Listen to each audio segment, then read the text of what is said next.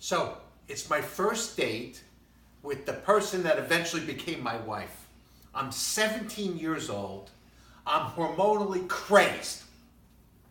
So I walk into the house to pick her up on a date, and her father comes over, and we start chatting as we're waiting for her.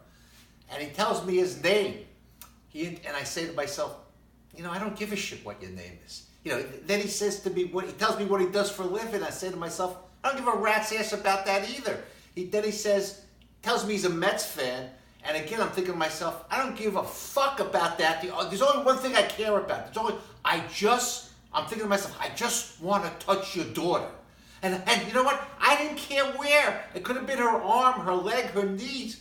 Forget about those vital parts that shall remain nameless. The reason they're going to remain nameless is because she's in the audience tonight, and I would like to have continued access to those parts after this 5 minutes is over. But anyway, so I'm just like crazy. I was willing to risk jail for this. I mean, she was 15 years old. She was underage. 1 to 5 years for 10 to 20 seconds of pleasure would have been no problem.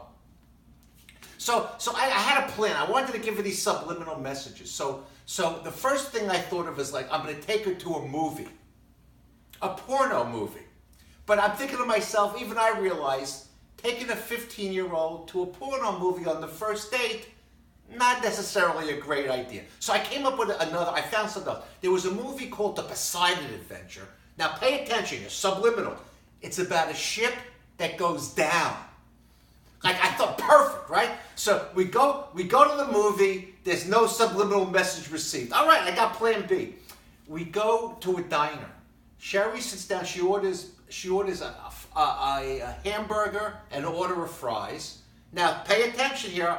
I order a foot-long hot dog. Again, it's perfect, right? But then I get a little nervous because, I'm all about managing expectations. So I got up, maybe I had to go to the bathroom, and told the waitress, I said, just bring one that's 3.5 or 4 inches. I told her I wasn't that hungry. And then for dessert, right, I ordered 2 cantaloupes with cottage cheese with 2 cherries on top. Again, there was no message received. As a matter of fact, the only cantaloupes I touched that night were of the fruit variety. But believe it or not, the date's a success besides that. We go out all through high school. We get to college, right? And so we agree when we get to college that we should date other people, that we should have other experiences. So it worked out fantastic. Sherry got to college, gorgeous girl. She's having experiences with this guy and that guy, a couple of guys on the crew team. I have experiences all the time. And for me, it worked out okay. Well, not as great because I had experiences, but my issue was that 90% of my experiences were with a bottle of Jergens hand lotion with lanolin, which, by the way, is highly recommended for those of you people who are still in that mode. But anyway, we get through college, right?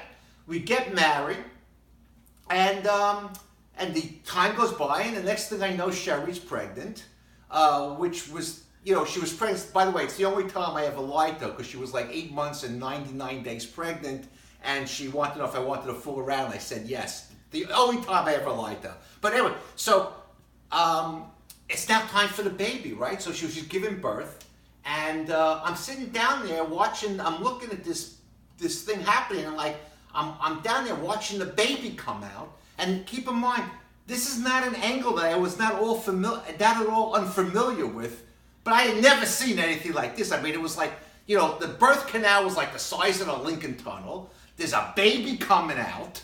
There's blood happening. There's an umbilical cord. A placenta goes flying by me, and I'm freaking out. I've never seen anything like this. So I turned to I turned to the doctor. I go, "Is everything okay? Is everything okay?"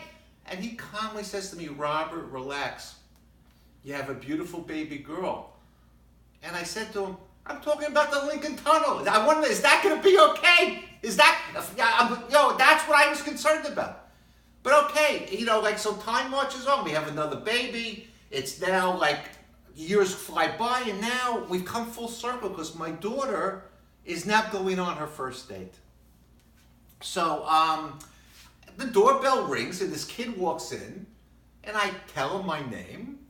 I tell him what I do for a living, and I tell him I'm a Mets fan. And I know that he doesn't give a shit about this at all, but I'm sort of like playing the game. And then I did something that I wish my future father-in-law had done for me all those years ago. Like I said to him, what are the plans for tonight? He goes, we're going to a movie, and then we're going to go to the diner. So I said to him, you want some advice? He goes, yeah. I go, the hot dog cantaloupe move does not work. Good night.